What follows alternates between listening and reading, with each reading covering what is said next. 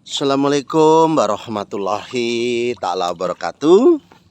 Kepada pemirsa setia budikan, yang mana pada sore hari ini kita memberikan pakan ikan yang terakhir ya saudaraku ya. Jadi kita panggil dulu ikannya supaya berkumpul semua di sini.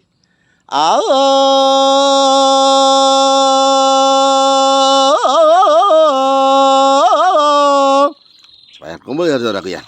Nah, setelah itu baru kita kasih makan supaya ikannya paham bahwa saat ini kita memberi pakan. Ini saudaraku, ini ikan ini baru umur 2 bulan 11 hari. Jadi umur 4 bulan akan kita panen. Yang besar kita pisahkan, nah, yang kecil tinggal di kolam ini lagi. Jadi seperti itu ya saudaraku, setiap 4 bulan. Jadi ada yang sudah layak dijual, bahkan sudah cukup besar saudaraku. Ini barakallah, ini menggunakan bekatul ya saudaraku ya, dicampur dengan pelet ataupun pakan ikan, supaya mereka tidak terlalu boros dalam pembiayaan. Dan nantinya seandainya pelet ini hilang ataupun dalam pencarian di toko-toko pakan ikan tidak ada, kami sudah ada dedak ataupun bekatul. Nah, kalau bisa bekatulnya yang lembut ya saudaraku ya. Nah, jadi tidak banyak berambutnya, tapi ada serbuk-serbuk butiran beras. Nah, ini proteinnya tinggi saudaraku. Jadi kalau untuk penetasan tidak perlu menggunakan pelet yang protein tinggi.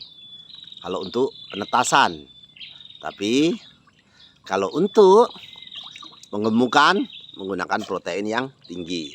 Karena kalau penetasan nanti kalau terlalu banyak lemak di perutnya, maka anakannya ikan pun tidak menjadi banyak. Jadi ini yang perlu saya garis bawahi di video ini. Kita ini bersama-sama, daripada wirawiri lebih baik berwirausaha, terutama budidaya ikan nila. Karena budidaya ikan nila ini tergolong ikan yang mudah ya saudaraku ya pemeliharanya ya. Jangan terlalu banyak pohon di sekitar ini ya saudaraku, supaya tidak dingin dan airnya menjadi hangat, maka ikan pun cukup oksigennya dan menjadi cepat besar. Jadi itu saja ilmunya saudaraku. Jadi ikan nila ini memang tergolong ikan yang mudah dalam membudidayakannya. Jadi dibudidayakan sangat mudah ikan nila ini saudaraku. Tergantung kitanya mau tidak memeliharanya. Karena kita memelihara bibit sekali, tidak usah perlu beli bibit lagi. Karena apa? Mereka sudah bisa dikembang biakan. Jadi tidak seperti lele, kita harus beli bibit, tidak seperti itu.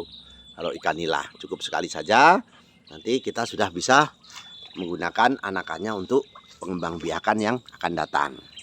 Jadi pada pemirsa setia budikan, kolam tanah ini memang mudah dalam pengurusannya. Tapi mengatasi penyakit apabila terserang penyakit sulit. Makanya memberi pakan ikan jangan terlalu berlebih, supaya tidak jatuh ke bawah dan ikannya tidak menjadi istilahnya ikannya tidak jadi penyakitan. Karena apa? Kelebihan makanan tadi akan menjadi amonia, menjadi penyakit si ikan itu. Jadi kalau ikan ini kadang-kala sulit makannya, tidak seberapa suka makan saudaraku. Kadang-kadang mereka ini di dalam mulutnya itu ada anakan, ada anakannya. Jadi kadang-kala panik, lu ikanku kok nggak mau makan. Nah, jangan panik saudaraku. Itu kadang-kala mereka ini lagi berkembang biak seperti itu. Biasanya habis hujan deras, nah jarak berapa menit, berapa jam mereka lalu istilahnya berpacaran lah seperti itu. Tidak lama lagi mereka menetas. Jadi kalau anakannya tidak kita serokin saudaraku, maka akan dimakan oleh kakaknya lagi yang agak lebih besar. Walaupun dia bukan lele, tapi dia mau makan adiknya lah ibaratnya seperti itu. Makanya harus telaten di pagi hari itu kita mengambilin daripada anaknya. Karena kalau pagi hari itu si anakan ikan ini yang kecil ini minggir. Nah itu yang perlu saya sampaikan kepada pemirsa setia budikan, daripada wirawiri lebih baik berwirausaha. Ibaratkan kita ini pangkat kopral, gajinya jenderal. Alhamdulillah ya Allah. Nah ini daun talas saudaraku, suka juga termasuk itu. Itu daun talas, kesukaan daripada si ikan gurame sebenarnya saudaraku. Tapi ikan nila pun suka, tapi tidak terlalu seberapa suka, tapi tetap kita paksakan untuk makan. Termasuk eceng gondok yang ada di kolam ini. Seandainya kita lupa memberi makan, maka si ikan nila ini mau makan akarnya, ataupun kadangkala sampai batangnya pun dimakan. Nah, jangan sampai tidak ada, karena kalau tidak ada nanti ikan menjadi lapar dan tentunya pertumbuhannya menjadi lambat. Kalau terlalu banyak nanti oksigennya berlebih, dan kalau berlebih nanti ikannya tidak sehat. Karena pada malam hari ini si ikan ini perlu CO2, pohon-pohon pun termasuk eceng gondok, tumbuhan air juga perlu CO2. Akhirnya mereka berebut CO2, oksigen, CO2 tadi saudaraku. Jadi jangan berlebih. Eceng gondoknya sedang seperempatnya sajalah saudaraku, ataupun sepertiganya. Nah, ini masih lapar yang jauh sana. Jadi supaya pertumbuhannya ikan menjadi rata ataupun sama, maka kita tabur yang jauh seperti itu. Jadi itu saja ya saudaraku ya yang perlu saya sampaikan. Jadi daripada wirawiri lebih baik berwirausaha, terutama budidaya ikan nila seperti ini. Jadi itu saja yang perlu saya sampaikan. Terima kasih banyak sudah menonton video kami. Ya Allah, yang subscribe, yang like, ya Allah panjangkan umurnya ya Allah, dan jauhkan dari penyakit dan musibah ya Allah, dengan doa selamat dan doa tolak bala hamba-Mu ya Allah. Allahumma inna nasluka selamatan fidin wa ziyadatan fil ilmi wa barakatan fi rezeki wa taubatan qabal maut wa rahmatan ba'dal maut. Allahumma awin alaina fil sakaratil maut wa najatan minan nar wa atwahid hisab ya Allah.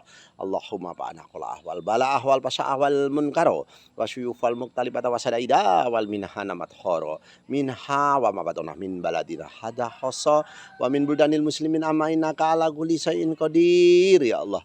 Allah hadini wa ala kuliyatin solehah bijahi nabiyina Muhammadin sallallahu alaihi wasallam bil barokati al-fatihah saudaraku. Tabarakallah ya Allah. Selamat bertemu kembali dengan kami Setia Budi Ikan ya Allah. Kabulkanlah doa-doa kami ya Allah.